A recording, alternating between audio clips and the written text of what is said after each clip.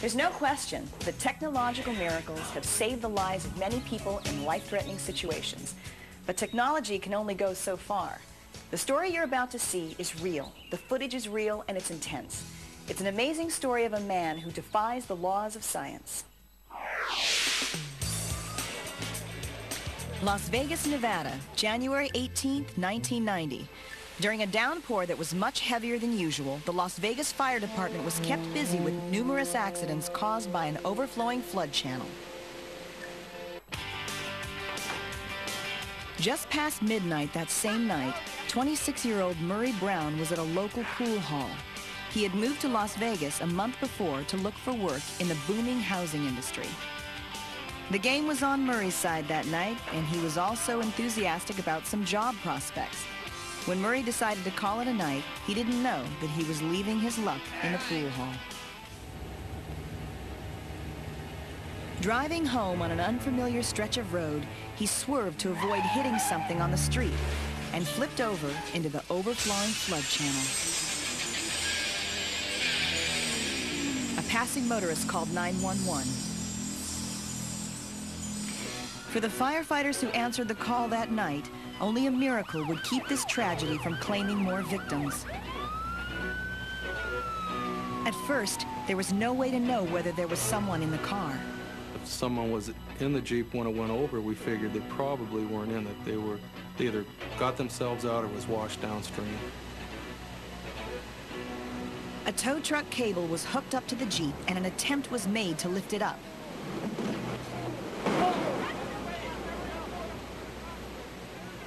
By now, the firefighters had to ignore the dangerous waters and find out if there was a victim pinned under the Jeep. We felt the best way to do that was just go down in there and try to feel into the Jeep and see if you could feel a body. I attempted to do that, but with the force of the water moving as quickly as it was and the instant coldness, it was impossible.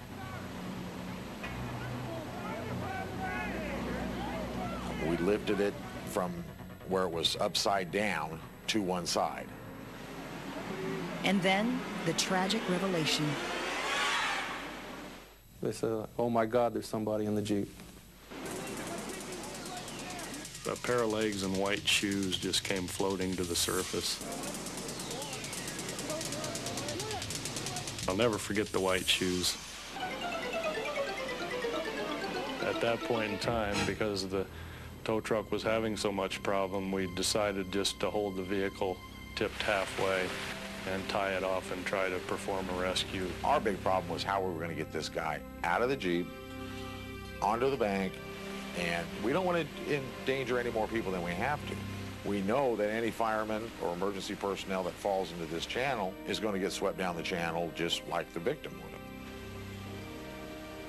But retrieving him was difficult as well as dangerous, so rescuers decided to tie a line to him and pull him across the flood channel. The victim had been underwater for over 30 minutes.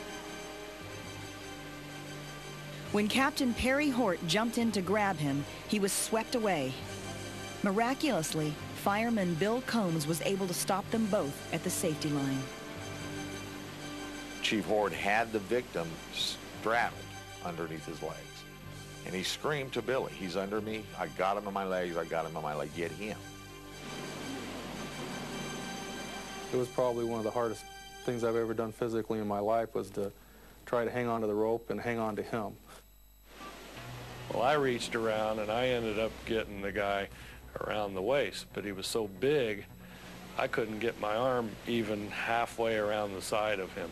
My arm would have had to rip off. There was no way I was going to let go of the rope.